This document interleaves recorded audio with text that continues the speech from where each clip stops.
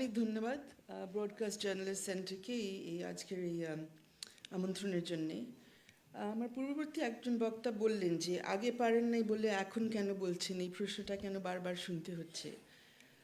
কিন্তু আগে যারা বলেন নাই বা আমরা অনেকে হয়তো অনেক কিছুই বলি নাই, আমার মনে হয় সেই বিষয়গুলো ভোলা উচিত না। এখনই তো সময় আগে কি হয়েছিল সেটা আবার তুলে ধরা এবং এখনকার সাথে তুলনা করারও একটা সুযোগ আছে এবং তুলনা করার একটা প্রয়োজন আছে। কারণ বোঝা দরকার যে আগে কি ঘটেছিল, কার উপর ঘটেছিল, কেন ঘটেছিল, সেটার সাথে কে সম্পৃক্ত ছিল এবং এখন কি ঘটছে, একইভাবে কে এখানে দায়ী হচ্ছে এবং কেন এই ধরনের আক্রমণ আসছে, কি বন্ধ করার জন্যে, কি দমন করার জন্যে। আর দুইটা ক্ষেত্রে অতীতে এবং এখন আমাদের বোঝা প্রয়োজন আছে যে রাষ্ট্রের কি ভূমিকা, সক্রিয় কি নিষ্ক্রিয়, কিন্তু তারা কি ভূমিকা রেখেছে রাষ্ট্রের পক্ষ থেকে, সরকারের পক্ষ থেকে কি ভূমিকা রাখা হয়েছে। এবং এই দুইটা বিষয় কিন্তু এই সময় তুলে ধরা দরকার যদি আসলে আমরা সত্য উদ্ঘাটন করতে চাই যে কেন এই ধরনের ঘটনাগুলো ঘটে এবং ঘটতে থাকে। আমাদের প্রথম বক্তা আজকে বললেন যে অতীতে অনেক কিছু বলা হতো না, শুধু গত সরকারের আমলে না, তার আগের সরকারের আমলে, কেয়ারটেকারের আমলে, তার আগের সরকারের আমলে। অর্থাৎ বিএনপি জামাতের সময় আপনারা অনেক কিছু বলেন নাই, কেয়ারটেকারের সময় অনেক কিছু বলেন নাই, আওয়ামী লীগ সরকারের আমলে অনেক কিছু বলেন নাই এবং বর্তমান সরকারের আমলে আপনারা অনেক কিছু বলেন না। সেটাও কিন্তু আমার মনে হয় স্পষ্ট হওয়া উচিত এবং নিজেদের কাছে প্রশ্ন তুলেন কেন বলেন না। যে কথাগুলো আপনাদের এখানে বলা আছে আমরা উপস্থাপনায়ও শুনলাম যে কোথায় থেকে প্রেশার আসে আপনাদের উপরে।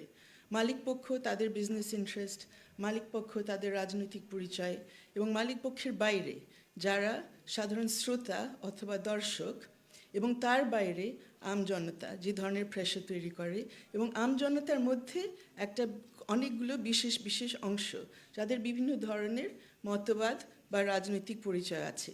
সেই বিষয়গুলো আপনারা প্রথমে যদি একটু পরিষ্কার করেন সবার কাছে নাম ধরে ধরে যে কোথায় থেকে এই ধরনের প্রেশার আসছে, তাহলে আমরা মনে করব যে আসলে নতুন একটা পদযাত্রার মধ্যে আমরা আসছি এবং সেখানে আমরা পা দিচ্ছি। নাহলে আমরা কিন্তু বুঝবো যে অনেক কিছু রাগঢাক করে বলা হবে এটা পারা যায় না ওদের জন্যে, কিন্তু এখন আমরা একটা স্বাধীন স্বর্ণযুগে আছি, সব কিছু পারছি।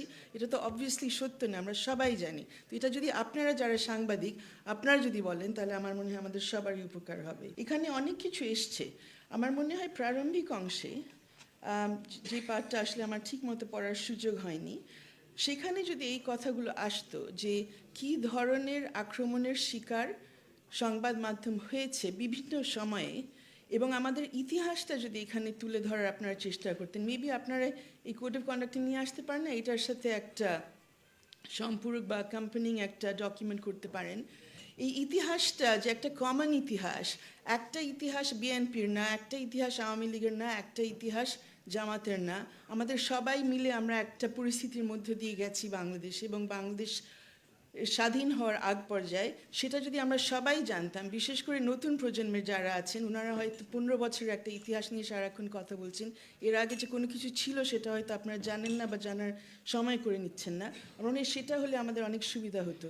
তাহলে আমরা কিন্তু জানতাম যে বাংলাদেশ হওয়ার আগে, স্বাধীন হওয়ার আগে 60-এর দশকের শুরুতে যখন স্বাধিকার আন্দোলন মাত্র শুরু হচ্ছে, তখন কিভাবে ইত্তেফাক আর সংবাদের প্রেসগুলো সিজ করা হলো, বন্ধ করে দেওয়া হলো এবং সেগুলোর জন্যে সম্ভব হলো 60-এর দশকে সামরিক শাসন আমলে আমাদের সেই কোর্টে গিয়ে আবার তাদের অধিকার পুনরুদ্ধার করা সম্ভব হয়েছে 60-এর দশকে।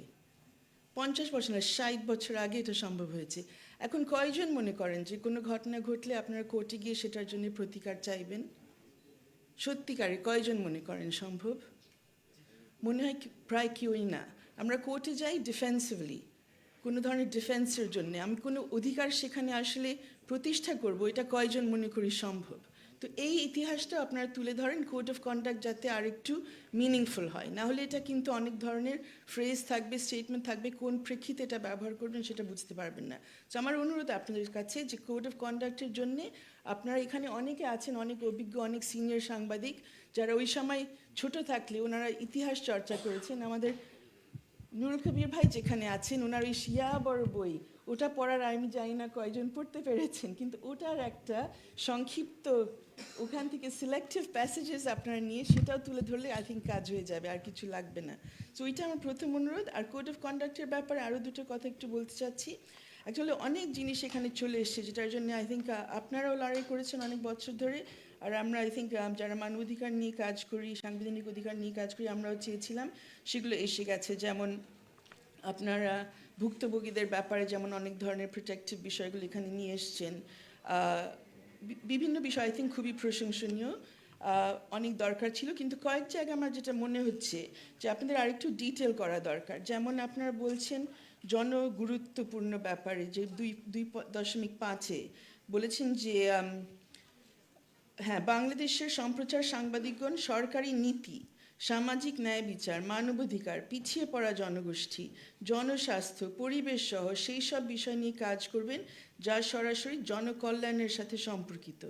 এখানে একটু অনুরোধ করব যে এখানে আপনারা যাতে সাম্য বা সমতার বিষয়টা একটু আলাদা করে বলেন, নারী পুরুষের সমতার বিষয়টা যদি আলাদা করে দয়া করে তুলে ধরেন। কারণ মানবাধিকার আপনারা যদি ব্যাখ্যা না করে বলেন যে মানবাধিকার মানেটা কি, এটা কিন্তু আজকাল দেখি যে যার মতো ব্যাখ্যা দিতে থাকে। এবং মানবাধিকার যে পুরুষের অধিকার, এটা বোধহয় আমাদের স্পষ্ট করা উচিত, যেগুলো সমান কিন্তু না, এগুলো ভিন্ন জিনিস। আর আরেকটা বিষয় একটু বলতে চাই যে এখানে যে জিনিসটা আই থিঙ্ক অ্যাগেন এটার সাথে সম্পূরক একটা পুস্তিকা আপনাদের হয়তো দরকার হবে, যে আইনের বিষয়টা এখানে যাতে সরাসরি আপনাদের কাছে চলে আসে।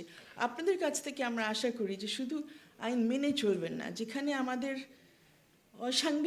অসাংবিধানিক অনেকগুলো আইন এখন পর্যন্ত যেহেতু প্রচলিত আমাদের দেশে, ব্রিটিশ আমলের, পাকিস্তান আমলের, এবং সবচেয়ে বেশি বোধহয় আনফর্চুনেটলি স্বাধীনতা উত্তর সময়ের, সেগুলো নিয়েও আপনারা কথা বলবেন। এবং শুধু বলবেন না যে আমরা আইন মেনে চলছি, বলবেন যে আইনগুলো নিয়ে সমস্যা আছে, এই আইনগুলোর যেভাবে ব্যাখ্যা দেওয়া হয়, যেভাবে প্রয়োগ করা হয়, সেগুলো নিয়ে সমস্যা আছে।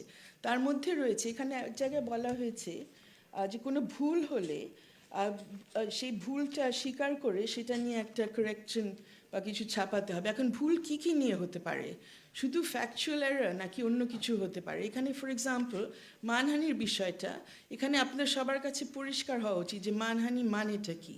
একটা তৃতীয় পক্ষ যদি এসে মানহানির অভিযোগ নিয়ে আসে, এবং সেই তৃতীয় পক্ষ পারে, আমাদের আইনে পারে কখন? যখন যার মানহানি হয়েছে সে যদি মানসিকভাবে অসুস্থ হয়, বা এমনভাবে সে যদি অসুস্থ হয় যে সে সরাসরি গিয়ে কোনো ধরনের মামলা করতে পারছে না, সেই ক্ষেত্রে পারে, আদারওয়াইজ পারে না।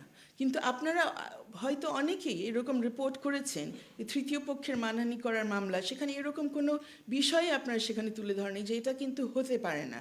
ম্যাজিস্ট্রেটগুলো এখানে মামলা করে দিচ্ছে, মামলা কগনিজেন্সে নিচ্ছে, গ্রেফতারি পরোয়ানা জারি করে দিচ্ছে। আপনাদের আই ডোন্ট থিঙ্ক আমি কোনো রিপোর্টই দেখেছি যেখানে বলা হচ্ছে এটা কিন্তু আইনে হতে পারে না। সো আপনারা কাইন্ডলি আইনগুলো জানেন, আইনগুলো নিয়ে প্রশ্ন তুলেন। আর এখন পর্যন্ত যে মানহানির জন্য কাউকে আসলে গ্রেফতার করে জেল জুলুম করা যায়, এটা নিয়ে আপনারা সোচ্চার হন। আপনারা যদি নিজেরা সোচ্চার না হন, যে আইন দিয়ে আপনাদেরকে আসলে হয়রানি করা হয়, তখন আমরা এই দিকে কোনো পরিবর্তন দেখব না। দ্বিতীয় আইন যেটা নিয়ে আপনাদের কথা বলা উচিত, কোর্ট অবমাননার আইনটা। কোর্ট অবশ্যই, কোর্টের কোনো প্রক্রিয়ার সাথে কেউ যদি সেখানে যদি হস্তক্ষেপ করার চেষ্টা করে, কোনো সাক্ষীকে যদি ভয় দেখায়, সেটা অবশ্যই কন্টেম্প, সেটা নিয়ে অফকোর্স সেই আইনটা আমাদের ডেফিনেটলি দিয়ে রাখা উচিত। কিন্তু যেই কন্টেম্প বা যেই কোর্ট অবমাননা হচ্ছে খালি কোর্টকে স্ক্যান্ডালাইজ করা, যে আইনটা অ্যাগেন 26 সনের আইন, ব্রিটিশ আমলের আইন, এখন পর্যন্ত বিরাজ করছে, আপনারা বলছেন না আমাদের কোর্টের ভয় আছে, এটা নিয়ে আমরা কথা বলতে পারবো না। কিন্তু আপনারা ক্রিটিক্যালি কথাগুলো বলেন, যেটা কিভাবে ব্যবহার হয়েছে কোন ধরনের মামলায়। গত সরকারের আমলে আমরা দেখলাম কন্টেম্পটের কেস আসলো আইসিটি থেকে, কন্টেম্পটের অজস্র কেস আসলো, এখানে সবাই মামলা না খেলে অ্যাটলিস্ট 2-1জনকে দেখছি যারা কন্টেম্পটের মামলা খেয়েছিলেন আমাদের হাইকোর্ট থেকে। এখন কন্টেম্পটের কেস আসছে, আপনাদের তো ক্রিটিক্যাল লেখা তো প্রায় দেখলামই না, খালি রিপোর্ট করা হলো অমুক কোর্ট এই কন্টেম্পট ইত্যাদি ইত্যাদি, বাস শেষ। আপনারা কি প্রশ্ন তুলবেন না কেন এই ধরনের কন্টেম্পটের কিছু? খালি একটা মন্তব্য করছে, কোনো ইন্টারফিয়ার করছে না কোর্টের প্রসেস আছে, কোনো সাক্ষীকে কোনো ভয় দেখাচ্ছে না, সেটা নিয়েও কোনো মন্তব্য করবেন না। তাহলে কী নিয়ে মন্তব্য করবেন? কোথায় আপনাদের ওপিনিয়ন, কোথায় আপনাদের ক্রিটিসিজম? আরও দুটো আইন যেগুলো এই সময় আমরা দেখছি খুবই ক্রিটিক্যাল, এটা নিয়ে আপনারা জ্ঞান সোচ্চার না হলে আমাদের কোনো আশা থাকবে না যে জায়গায় আমরা পরিবর্তন দেখব। একটা তো হচ্ছে অবশ্যই ধর্মীয় অনুভূতিতে আঘাত হানার যে আইনটি, যেটা রয়ে গেল আনফর্চুনেটলি, নট অনলি স্বাধীনতা উত্তর অবস্থায়, গণ অভ্যুত্থান উত্তর অবস্থায় আমরা দেখলাম নতুন করে আইনের মধ্যে এটা ঢুকিয়ে রাখা হয়েছে, যে কেউ ধর্মীয় অনুভূতিতে আঘাত হানার মামলা করতে পারবে। এবং এখন আমরা কি পরিস্থিতি দেখছি আলটিমেটলি বাংলাদেশে? মামলা করা লাগছে না। আপনি শুধু অভিযোগ আনছেন একজনের বিরুদ্ধে পাকিস্তানি কায়দায়, অভিযোগ আনছেন একজনের বিরুদ্ধে, শুধু পাকিস্তানি কায়দায় আমি বলবো না, পাকিস্তানি ভারতীয় কায়দায়, দুই দেশে আমরা দেখি একইভাবে করা হয়, এক জায়গায় অমুসলিমদের বিরুদ্ধে, এক জায়গায় মুসলিমদের বিরুদ্ধে। কিন্তু শুধু অভিযোগ এনে আপনি আমাদেরই একজন নাগরিক, তাকে পুড়িয়ে হত্যা করা হলো, দীপু দাসকে ময়মনসিংহে। এটা হলো এই ধরনের আইনে এই ধরনের অপরাধ রাখার একটা পরিণতি, এবং এগুলো সুযোগ দেওয়া যে এই ধরনের কথা যদি এরকম অপরাধের কথা যদি উঠে, সেটা নিয়ে আমরা কেউ কোনো ক্রিটিসিজম করব না, কোনো প্রশ্ন তুলব না। লাস্ট কথা বলেই শেষ করছি, আরেকটি আইন, এই আমলের আইন না, এই সরকার করেনি, গত সরকার করেছে, তথাকথিত ফ্যাসিবাদী সরকার সেই আইন করে গেছে। কোন আইন জানেন? সন্ত্রাস দমন আইন। হাজার হাজার মামলা হচ্ছে, আপনাদের কোনো ক্রিটিসিজম দেখি? সেই সন্ত্রাস দমন আইনের ক্রিটিসিজম আপনাদের গত সরকারের সময়ে অধিকার এবং অন্যান্য সংগঠন করেছে, বলেছে এই আইনটা কেন হতে পারে না, কেন তো এটা ফালতু আইন, এবং কেন এটা সংবিধান বিরোধী আইন। এই আইনটা প্রতিদিন ব্যবহার হয় প্রায়, আপনাদের ক্রিটিসিজম তো দেখি না। এবং যাদেরকে ধরে নিয়ে যাচ্ছে, কিসের জন্য ধরে নিয়ে যাচ্ছে সেটা নিয়ে আপনারা প্রশ্ন তুলেন। আপনারা বলছেন বাক স্বাধীনতা, মত প্রকাশ স্বাধীনতার জন্য আমরা এখানে বসেছি, আপনারা চাইছেন সবাই মন খুলে কথা বলতে, সত্য কথা তুলে ধরতে, তাহলে সত্য কথা তুলে ধরেন। কিসের জন্য সন্ত্রাস বিরোধী আইন ব্যবহার করা হয়, কিসের জন্য সেই প্রথম আওয়ামী লীগের আমলের বিশেষ ক্ষমতা আইন কিসের জন্য ব্যবহার করা হয়, কোন ক্ষেত্রে এটা যৌক্তিক, কোন ক্ষেত্রে অযৌক্তিক। আমি একটু দেখতে চাই, আজকে আপনাদের প্রোগ্রামটা হচ্ছে, আগামী এক সপ্তাহ আমরা পর্যালোচনা করে দেখি, বা আরেকটু সময় দিই সবাইকে, এক মাসের মধ্যে আমরা দেখি কী ধরনের রিপোর্টিং চেঞ্জ হবে। যেহেতু এই কোড অফ কন্ডাক্ট আপনাদের হাতে এসছে, এটা ব্যবহার করে এটার মধ্যে আপনারা আরও সম্পূর্ণ কিছু তথ্য দিয়ে দেন। যদি বলেন যে আপনারা জানেন না এই আইনের মধ্যে কী আছে, তাহলে বাংলাদেশ জার্নালিস্ট অ্যাসোসিয়েশনটা তুলে ধরুক, সেন্টারটা তুলে ধরুক, আইনের মধ্যে এগুলোগুলো আছে, এগুলো নিয়ে আপনারা কথা বলতে পারবেন। যদি এটা আপনারা করেন, মানবাধিকার নিয়ে যদি আপনারা কাজ করতে চান, এগুলো নিয়ে আপনাদের কথা বলতে হবে, সেটা যদি আপনারা করেন, তখন আমরা আশা করব চেঞ্জ আসবে। এই জন্য আমি কোড অফ কন্ডাক্ট নিয়ে খুব বেশি কিছু বলছি না, যা আছে মোটামুটি ভালোই এসছে, কিন্তু ডিটেলস কয়েক জায়গায় লাগবে। অ্যান্ড আই থিঙ্ক এই সম্পূরক দুটো জিনিস আমাদের লাগবে। ইতিহাস আমাদের কি বলে, আমরা কে কোথায় ছিলাম, কোন সময় কী ধরনের অবস্থান নিয়েছিলাম, এবং এখন আমাদের জন্য আমরা যে কাঠামোর মধ্যে কাজ করি, এই কাঠামো কীভাবে আমাদের পরিবর্তন করতে হবে। অনেক ধন্যবাদ।